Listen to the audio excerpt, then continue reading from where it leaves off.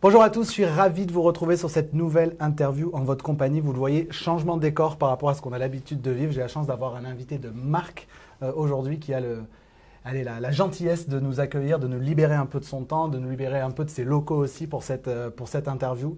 Avant qu'on rentre dans le vif du sujet et que Yann se présente si jamais vous ne le connaissez pas encore, je vous rappelle que vous pouvez télécharger mon guide, ma stratégie en 8 étapes pour générer un flux constant de prospects vendeurs qualifiés et dont le lien se trouvera en descriptif de cette vidéo. Yann, merci beaucoup pour le temps, pour les locaux, pour l'installation. Merci beaucoup. Bienvenue à la maison. Merci, c'est super sympa. Puis merci pour les agents immobiliers qui vont nous regarder. Est-ce que tu peux, s'il y en a qui ne te connaîtraient pas encore, te présenter ? Ouais, je m'appelle Yann, j'ai une chaîne YouTube, c'est peut-être comme ça qu'on me connaît le plus, qui s'appelle Yann Darwin, qui est consacrée à l'investissement immobilier, mais pas du côté agent pour le coup, du côté investisseur, bien qu'il y ait beaucoup d'agents investisseurs aussi. Ouais. Et voilà, c'est mon activité principale, on va dire. Ce que les gens voient peut-être un peu moins, c'est qu'on a un groupe qui s'appelle Green Bull Group. On détient 12 marques et sociétés et on a pas mal d'activités. Donc l'immobilier est une partie de nos activités. Ouais. On fait principalement de la formation, la partie que les gens vont peut-être plus connaître sur Internet. On fait aussi de l'investissement, de l'achat-revente, du marchand de biens, de la promotion. Ouais. Et puis on structure pas mal de choses autour de l'immobilier, des deals, etc. etc. Voilà. Yann, du coup, pendant ce petit moment qu'on va passer ensemble, je voudrais t'interroger sur 3 de tes dimensions.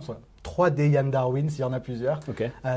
Justement, tu viens de parler un petit peu de Green Bull. Est-ce que tu peux nous expliquer un petit peu parce que je pense que ça peut être hyper inspirant pour les agents IMO qui nous regardent, ton parcours entrepreneurial en fait. C'est aller très vite, très haut. Est-ce que tu peux nous donner un petit peu un ordre d'idée de ton parcours ? Ok. Alors, c'est aller vite en effet pour les gens qui me suivent sur Internet parce que forcément, il n'y a aussi qu'une partie de l'histoire et puis c'est vrai que tout va vite sur Internet. Mais comme tout le monde, je te rassure, j'ai eu plein de galères. J'ai commencé l'entrepreneuriat et j'ai commencé l'immobilier à peu près en même temps, il y a une dizaine d'années maintenant. Assez tard finalement puisque j'avais 24 ans. Donc, j'ai pas commencé l'IMO comme plein de mes clients, par exemple, qui vont avoir 18, 19, 20 ans, et bravo à eux, parce que c'est comme ça qu'aussi que… Bon, à l'époque, ça devait être jeune malgré tout, mais c'est vrai qu'aujourd'hui, c'est… C'est toujours jeune, mais disons que, plutôt c'est mieux. Donc, j'ai commencé en parallèle à m'intéresser à, finalement, tous les moyens de faire de l'argent. Et j'ai toujours eu dans le sang le business au sens large. Et pour moi, l'immobilier est un business, tout simplement. Parce que ça se gère comme un business, ça se scale comme un business. Tu as besoin d'optimiser ta trésorerie comme un business, tes flux. Tu as besoin d'optimiser ta fiscalité comme un business. Donc, j'ai commencé à investir comme tout le monde, comme un investisseur lambda. Des biens en meublé, des biens nus, un peu de SCI, etc. Puis très rapidement, j'ai rencontré un associé qui lui était marchand de biens, donc qui m'a mentoré sur cette partie-là. Je suis très vite devenu marchand de biens avec lui, je me suis attaqué à l'achat-revente et en parallèle, j'étais encore salarié à cette époque-là, je faisais ça en parallèle. Et encore en parallèle, je m'intéressais de plus en plus à l'entrepreneuriat, donc j'ai essayé plein de choses. On a même eu d'ailleurs très peu de temps une agence IMO. Donc j'avais pas la carte, moi j'étais juste associé. J'avais un tiers de l'agence. Où ça ? Clermont-Ferrand. Ouais, centre de la France, où il se passe pas grand-chose. C'est une petite ville, mais par contre j'ai quelques agents IMO sur Clermont et ça marche pas trop mal. Les prix sont pas chers et le marché est assez dynamique et c'est une ville étudiante, donc c'est cool. Mais pour moi, l'aventure agence IMO, ça a pas été extrêmement intéressant, oui, et puis lucratif. Pourquoi ? Parce qu'on était marchand de biens et on s'est dit, ce que se disent plein de gens encore aujourd'hui, tiens, si on maîtrisait toute la chaîne, on fait de l'achat-revente, on fait des travaux, si on avait une agence, on prendrait des coms. Et en fait, je pense que c'est pas la bonne façon de faire. Je pense que être agent, avoir une agence, c'est vraiment un métier à part entière. Et tu peux pas avoir une agence en dilettante comme tu dirais, tiens, je vais monter une boîte de BTP et puis je ferai que mes travaux à moi. Ça fonctionne pas. En fait, tu vas faire 20% de tes travaux à toi et 80% d'extérieur. C'est pareil qu'une agence IMO. Donc très rapidement, on s'est rendu compte que ça ne le faisait pas. On l'a revendu, on est sorti bien, pas à perte, mais on n'a pas non plus fait d'argent. Et puis après, je me suis dirigé vers plein de choses. J'ai commencé Internet beaucoup plus tard parce que autour de moi, il y avait des gens qui me demandaient mais comment tu fais pour investir, etc., etc. Ça commence comme ça. Donc j'ai commencé la chaîne YouTube, ça a fonctionné. Ensuite, la création de Green Bull Group, la rencontre avec les associés. Et jusqu'à aujourd'hui, où en effet ça va vite, on est un peu plus de 70, enfin un peu moins de 70, on est entre 65 et 70, mais vu que ça change tous les jours, je ne m'avance pas sur le chiffre. En mode start-up. En mode start-up complètement. Donc on grossit vite.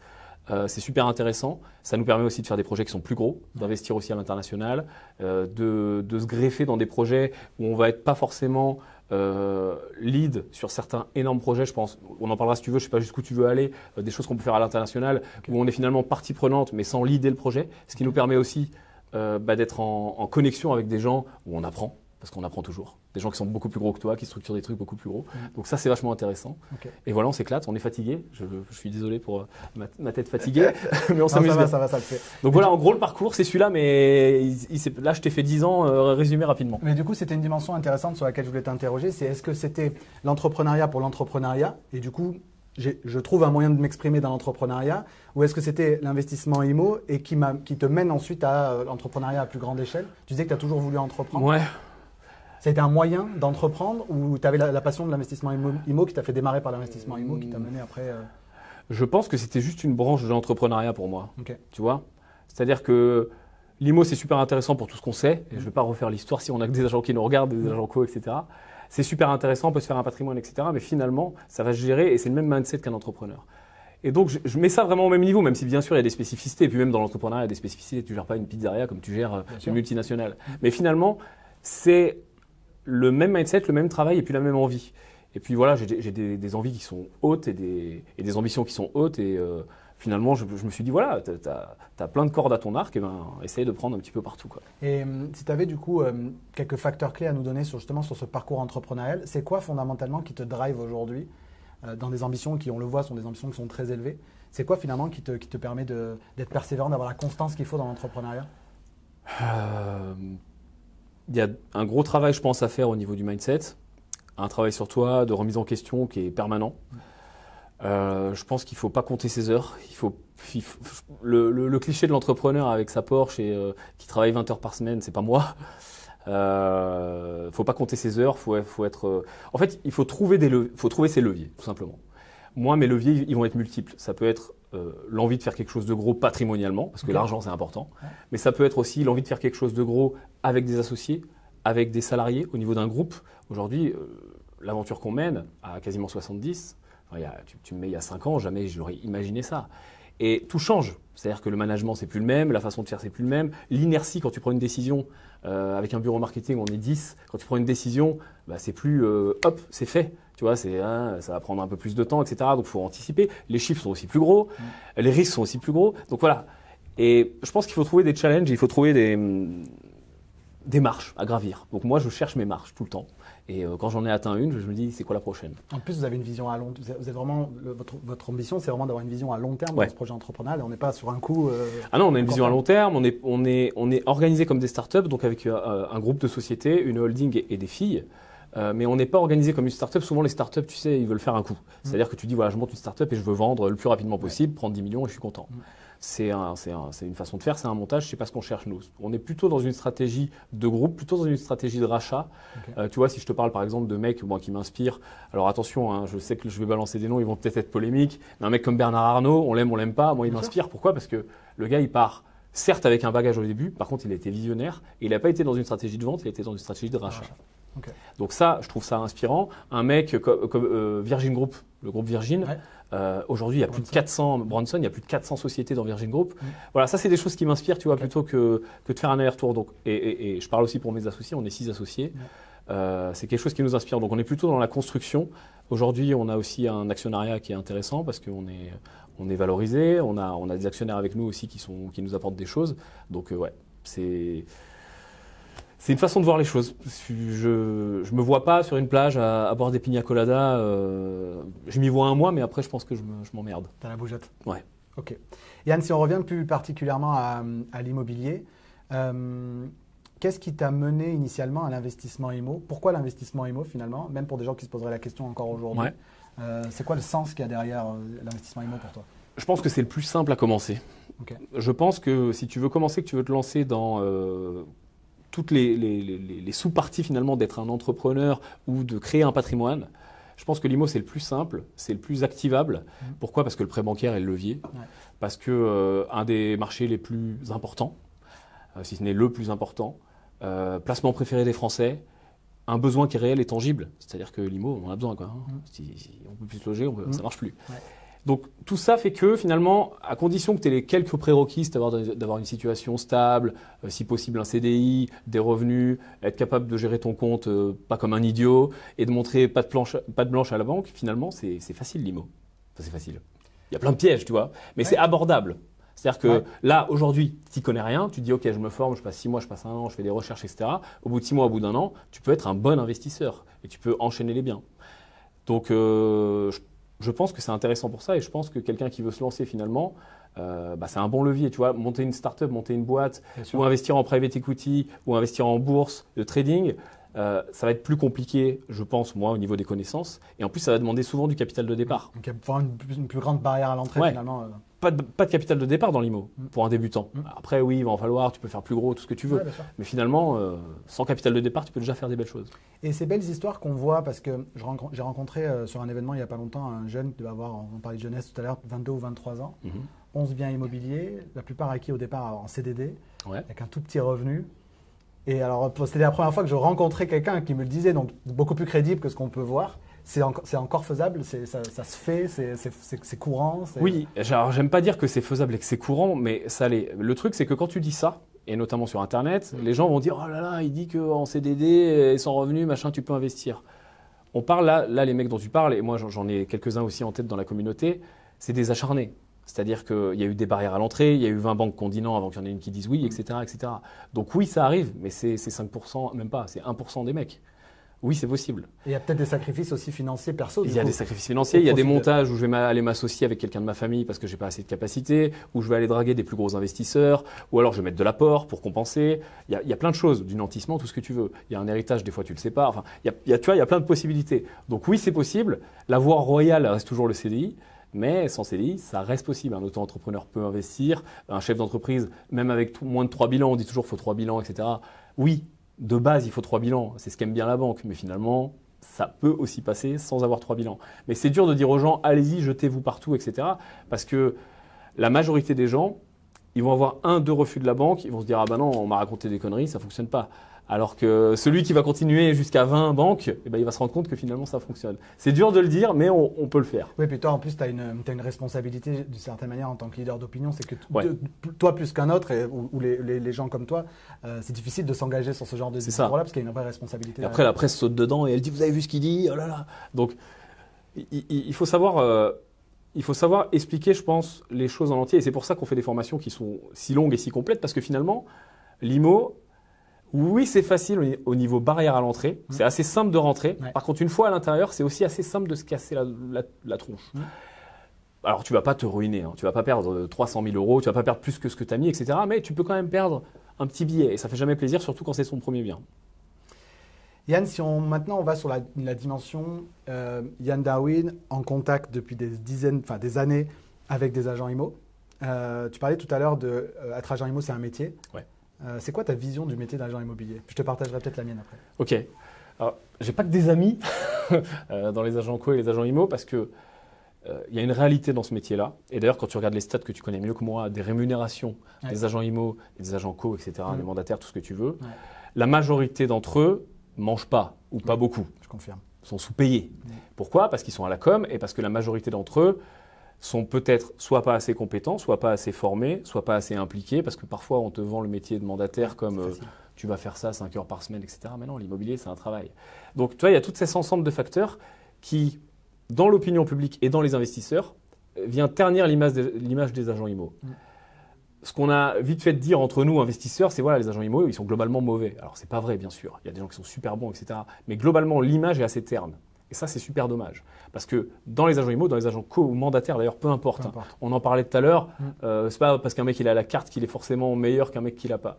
Mais l'image globale, j'ai envie de dire que c'est celle-là pour moi en tant qu'investisseur et pour mon réseau en tant qu'investisseur. Par contre, dans ces gens-là, il y a des gens qui sont très bons. Tu me demandais, c'est ça que tu me demandes, qu'est-ce qui fait qu'il y en a un qui est meilleur que l'autre? Bah ouais, en tout cas, quelle est ta vision du métier? Donc là, je l'entends, c'est une image qui finalement est proche de celle de l'opinion publique. Ouais. Franchement, à juste titre, parce qu'on peut se le prendre pour nous, des années effectivement de conseillers immobiliers pas suffisamment formés, pas suffisamment accompagnés, un attrait pour la profession, les barrières à l'entrée de l'entrepreneuriat qui ont sauté, donc un auto-entrepreneur, etc. Une crise en 2008 qui a fait que beaucoup de structures qui avaient des fondations assez solides avec des salariés, des assistantes, etc. Ça a mis à mal le modèle économique aussi de l'agence immobilière. Donc, il y a beaucoup de choses qui ont fait qu'aujourd'hui, on se retrouve avec 120 à 130 conseillers immobiliers en France, 130 000 conseillers immobiliers en France, 80% dans une situation que je n'ai pas honte d'appeler de forme de précarité. Sur plein d'aspects. Alors que moi, ma vision, c'est que c'est un des plus beaux métiers du monde parce que quand on a la chance de pouvoir fournir un logement Et Dieu sait, tu l'en parlais tout à l'heure, de l'importance du logement. Il y a une vraie responsabilité sociétale pour moi chez l'agent IMO, que dont l'agent IMO lui-même n'a pas conscience. Donc c'est aussi une de mes missions, c'est vraiment de redorer le blason et de redonner ses lettres de noblesse à ce métier-là. Dans mon cas, ça passe par le coaching et l'accompagnement, parce que comme tu disais, il en manque cruellement. Et dans ce lot-là, il y a quelques pépites. Et du coup, c'est quoi pour toi les qualités d'un agent immobilier, pour tous ceux que tu as fréquentés, qui pour toi sortaient du lot, notamment avec ton regard d'investisseur? Pour un investisseur, un bon agent IMO, c'est un mec qui a un œil d'investisseur. Okay. Et ça, c'est dur. Parce que la plupart des agents IMO co-mandataires, je mets tout le monde dans le même panier, bon. La plupart des agents vont pas avoir ce regard-là. La plupart des agents vont être des tourneurs de clés. C'est super moche, hein, comme des porte-clés. C'est-à-dire, voilà, allez-y, hop, regardez, il y a une fenêtre, un mur, c'est bien, vous achetez. Et malheureusement, c'est la réalité de beaucoup. Un bon agent, aujourd'hui, il arrive avec un dossier préparé, avec un regard investisseur, parfois avec des devis ou des exemples de devis, parfois avec des plans d'architecte ou des exemples de plans, même pas forcément d'architecte, un truc qu'il a pensé lui-même sur AutoCAD, peu importe. Mais il arrive, en fait, c'est un facilitateur. Quand je demande à un agent IMO, quand je visite par exemple un immeuble avec un terrain, et il y a 3000 m² de terrain, je lui dis c'est constructible, là on peut diviser, il n'est pas capable de me le dire, c'est chaud, tu vois. La zone du PLU, l'élévation, qu'est-ce que je peux faire, est-ce qu'il y a des places de parking sur ce secteur, il n'est pas capable de me le dire, c'est compliqué. C'est comme si tu me disais à un médecin, vous avez peut-être la grippe ou un rhume, je ne suis pas certain. Et je vous dis ça, quoi. Je me renseigne et je vous rappelle. Je me renseigne, ouais, je vous rappelle, et ça ne fonctionne pas. Un bon agent, pour moi, voilà, c'est un technicien. Ils ne peuvent pas tous être super pointus parce que tous n'investissent pas, mais je pense que c'est extrêmement important de comprendre qu'on fait un métier, quoi. Et que quand tu peux prendre n'importe quel métier, tu peux être maçon. Au bout d'un moment, si tu es maçon et que tu ne sais pas monter un mur ou que tu ne sais pas faire la tâche avec le portail, eh ben, ça ne va pas fonctionner le jour où on te demande un portail. Si tu sais faire que des murs mais qu'on te demande autre chose, il faut que tu apprennes à faire cette autre chose-là. Et je pense qu'il y a une gradation à avoir. Et d'ailleurs, je parlais avec un bon agent il y a quelques temps. On a eu un rendez-vous ici avec des mecs pour faire du business. Et le gars est bon. Et le gars me dit, je ne suis pas bon. Dans 10 ans, je serai bon. Lui, tu vois, il a tout compris. Pourtant, il fait de la promotion, il est marchand de biens, etc. Parce que ce métier est super compliqué. Si tu n'es pas un éternel apprenant, tout change tout le temps. Tout change tout le temps. Tout est complexe. Tout change d'une ville à l'autre. Tout change au sein d'une ville, d'un secteur à l'autre. Et tu as la relation, parce qu'en plus, toi, tu es entre les deux. C'est-à-dire que tu as la relation et avec l'acheteur et avec le vendeur. Donc, c'est un métier qui est compliqué. Je pense que le bon agent doit être un facilitateur, dans les deux sens.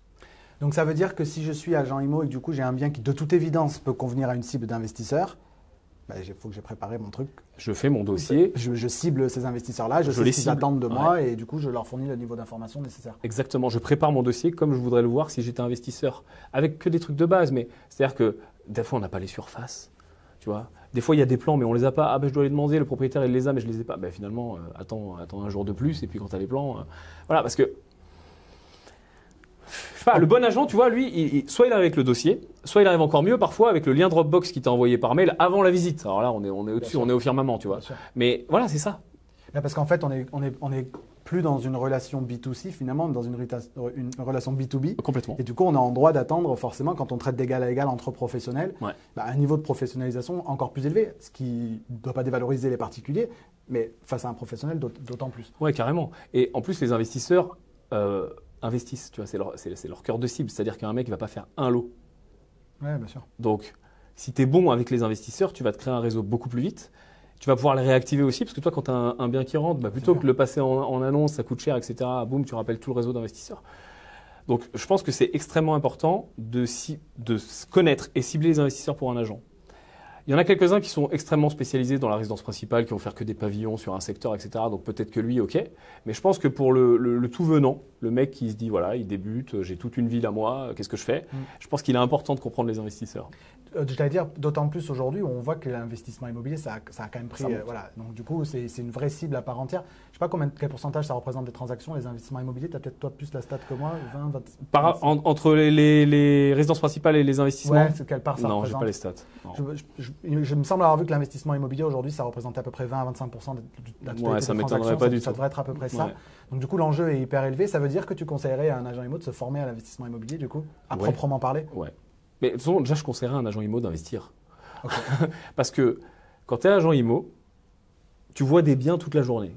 Si tu es bon, tu as un réseau extrêmement bon, avec des acheteurs, des vendeurs, mais aussi des artisans, mais aussi d'autres professionnels, notaires, banquiers, tout ce que tu veux. Donc, tu as toutes les cartes en main.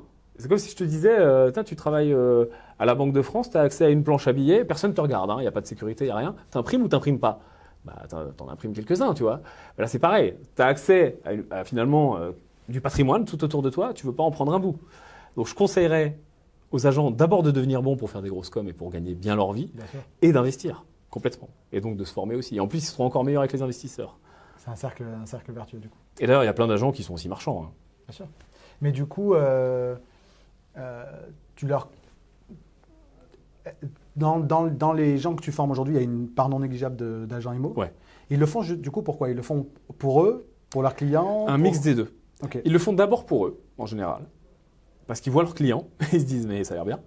Ils le font parce qu'ils ont pris des questions pièges de leurs clients. Ouais. Et là, la fiscalité, comment ça marche? Moi, je m'étais amusé, je ne l'ai jamais sorti. Mais un jour, je vais t'avouer un truc. J'en ai jamais parlé, je crois. Je te donne un scoop. Je m'étais amusé à faire des caméras cachées et d'aller dans des agences IMO avec la petite stylo caméra. Là. Et d'aller visiter des biens en disant voilà, je suis débutant, machin, j'avais un complice, il jouait mon cousin, on disait qu'on avait hérité, qu'on était débutant. Et on voulait se faire conseiller sur la fiscalité de l'investissement, vraiment investissement. Et on nous a sorti de telles énormités. J'ai jamais sorti la vidéo. J'ai toujours les rushs, j'ai jamais sorti. Je pense que je la sortirai pas, ça sert à rien de faire la guerre. Et en plus, c'était pas dans ce sens-là que je voulais la faire. Mais quoi qu'il arrive, tu vois, ils vont être souvent en porte-à-faux. Et en tout cas, ceux que j'avais rencontrés quand j'avais fait cette vidéo-là, plutôt que de dire je sais pas, c'est ça que ou aller voir telle personne, ils me donnaient des conseils en carton. Mais dangereux, tu vois. Genre, oui, ça, c'est déductible alors que ça l'est pas. Oui, ça, c'est amortissable alors que c'était pas le même montage. Oui, là, tiens, faites ça. Oui, une SCI, c'est bien, allez-y. Enfin, que des trucs comme ça. Juste pour vendre. Mais parce que je les comprends. Ils avaient faim. Ils voulaient leur com. Parce qu'ils n'étaient pas bons, pour le coup. Ceux-là. Donc, il y a aussi ça, tu vois. Il y a un public qui vient pour se former parce qu'il se prend des questions pièges. Il y a un public qui vient pour investir pour lui. Et il y a ces deux genres de public, je pense qu'une fois qu'ils ont compris le truc aussi, ils voient aussi l'intérêt d'être encore meilleurs avec les investisseurs, et avec les marchands, et avec les promoteurs, et avec les banquiers, et avec les artisans. Parce qu'un bon agent IMO, il cross-sell. Tu vois, un bon agent IMO, il n'est pas là, je vends et ça s'arrête là. Non, ça commence là. Parce qu'il y a des travaux à faire. Je pourrais peut-être prendre une com d'apporteur d'affaires avec les artisans. Puis il y a un prêt à avoir. Tiens, je pourrais peut-être prendre une com avec un courtier, etc., etc. Et en plus, il facilite la vie de son client, et en plus, il gagne plus d'argent. Yann, quels sont on est au moment où on tourne cette vidéo début 2020. C'est quoi l'actu aujourd'hui de l'investissement IMO? C'est quoi les choses sur lesquelles il faut être vigilant? J'allais dire en parlant d'actualité brûlante, parce que j'ai vu passer hier une publication, je pense que ça devait être chez toi, sur Instagram, sur les valeurs locatives. Ouais, révision des valeurs locatives. La révision des valeurs locatives et donc l'impact que ça pourrait avoir sur les taxes foncières et donc sur le cash flow des investissements. Ouais. Ça, par exemple, typiquement, ça fait partie de l'actu. L'actu, ça va être ça, en effet. Alors, révision des valeurs locatives, je te la fais courte. Il y a des zones qui vont être plus ou moins impactées. La presse monte ça en chou blanc comme d'habitude pour faire peur. Globalement, il va y avoir un impact sur les taxes foncières, mais il ne va pas être non plus x3, x5, x10 comme j'ai vu dans la presse. Donc ça, voilà, on est en train d'en parler en ce moment. C'est un sujet chaud, c'est pas non plus la folie. Il y a un autre sujet très chaud, c'est la loi Laglaise, donc la dissociation du foncier et du bâti. Ouais. J'ai vu un nombre de conneries sur Internet. Tiens, d'ailleurs, il faut vraiment que les agents soient au courant de ce truc-là. C'est-à-dire que la loi Laglaise, par exemple, c'est la base. Tout le monde, n'importe quel acheteur aujourd'hui, je pense, va en parler à un agent IMO. Parce que l'agent IMO, tu sais, il a cette aura où le particulier, voire même l'investisseur débutant, va se dire c'est le sachant, tu vois. Bien sûr. Donc je lui ai demandé des conseils. Donc par exemple, la loi Laglaise, vous en pensez quoi, etc. Et si tu ne fais que lire la presse mainstream, ils vont nous prendre nos terrains, on ne pourra plus être propriétaire, ce sera l'État qui sera propriétaire des terrains comme en Angleterre, ouais. etc., en Écosse, machin. C'est le premier réflexe quand on lit, moi je n'ai pas creusé à mort le sujet, mais le premier réflexe c'est ok, on est parti comme en Grande-Bretagne. C'est ça, alors que pas du tout. Je vais faire des contenus, si tu veux, tu pourras aller y jeter un œil, mais en gros, globalement, je te la fais courte aussi. Ça va être que sur certaines zones, ça ne sera pas obligatoire et ça va viser uniquement l'accession à la propriété pour les résidences principales et pour le social. Ouais. Donc on va pas exproprier, j'ai vu on va exproprier des gens, etc. Non. Donc ça c'est un sujet qui est chaud aussi. Il y a 2-3 autres petites lois qui sont chaudes mais qui ont beaucoup moins de chances de passer. La loi Laglaise, elle a des chances de passer je pense. Okay. Mais il y a 8 propositions qui ont été retenues sur les 50 proposées au départ. Okay. Il y a 8 articles qui ont été retenus, qui sont passés. Enfin, qui sont encore en cours de discussion parce que Sénat, Assemblée, etc., mais qui sont passés une première fois. Franchement, sur les 8, il y en a un qui parle de la dissociation du foncier et du bâti. Okay. Et tous les autres sont super positifs. D'accord. Peut-être pas pour les marchands de biens pour l'article 1. L'article 1, c'est quoi? C'est que l'État ne va plus pouvoir vendre aux enchères ses biens. Aujourd'hui, l'État vend pas mal de choses aux enchères. Ouais. Donc ça, l'article 1 l'interdit. Ok. Donc pour les marchands de biens, allez, à la rigueur. Par contre, tous les autres, c'est super positif. Il y a un fonds qui va être créé pour la dépollution. Il y a plein de sols qui sont pollués. Par exemple, une ancienne station-service, elle fait faillite, elle ferme. Ouais. Toi, tu es investisseur, tu veux racheter. La loi dit normalement le pollueur-payeur. C'est-à-dire que celui qui a pollué, il y avait une usine, il y avait une station-service, il doit dépolluer avant de mettre en vente ou dépolluer avant de se barrer. Sauf que le mec, il a fait faillite. Il ne dépollue pas. Donc c'est un terrain qui n'est jamais acheté, il est là, il est pourri. Par exemple, dans cette loi-là, il y a un texte qui dit on va créer un fonds pour tous ces terrains qui n'ont pas été dépollués, un fonds d'État, et puis on va le dépolluer. Donc il y a plein de choses comme ça qui sont passées inaperçues, complètement. Alors, ça fait moins Ouais. les gros titres, c'est Ouais. moins marrant. Ouais. Et d'ailleurs, tu sais que quand un député aujourd'hui propose une loi, il doit mettre en face de cette proposition de loi, parce que chaque loi a un coût, il doit mettre en face, il doit proposer une nouvelle taxe pour financer cette loi, pour pas que ça creuse le déficit. Donc ça pourrait être n'importe quoi. Et là, on se dit, attends, une loi sur l'immobilier va nous proposer une taxe, augmenter les taxes foncières, etc. La taxe qui est proposée pour compenser la loi Laglaise, c'est d'augmenter les taxes sur les cigarettes. Donc c'est peut-être le moins pire. Tu vois, c'est pas l'essence, c'est pas l'immobilier, etc. Donc il y a plein de trucs positifs dans cette loi qui sont passés sous silence. Yann, merci beaucoup pour ton temps. Toi. Franchement, merci beaucoup. Moi, il me reste à vous souhaiter une très très belle fin de journée, une belle semaine. Et souvenez-vous toujours que l'immobilier, c'est plus près du cœur que de la tête. Ciao, ciao. Salut.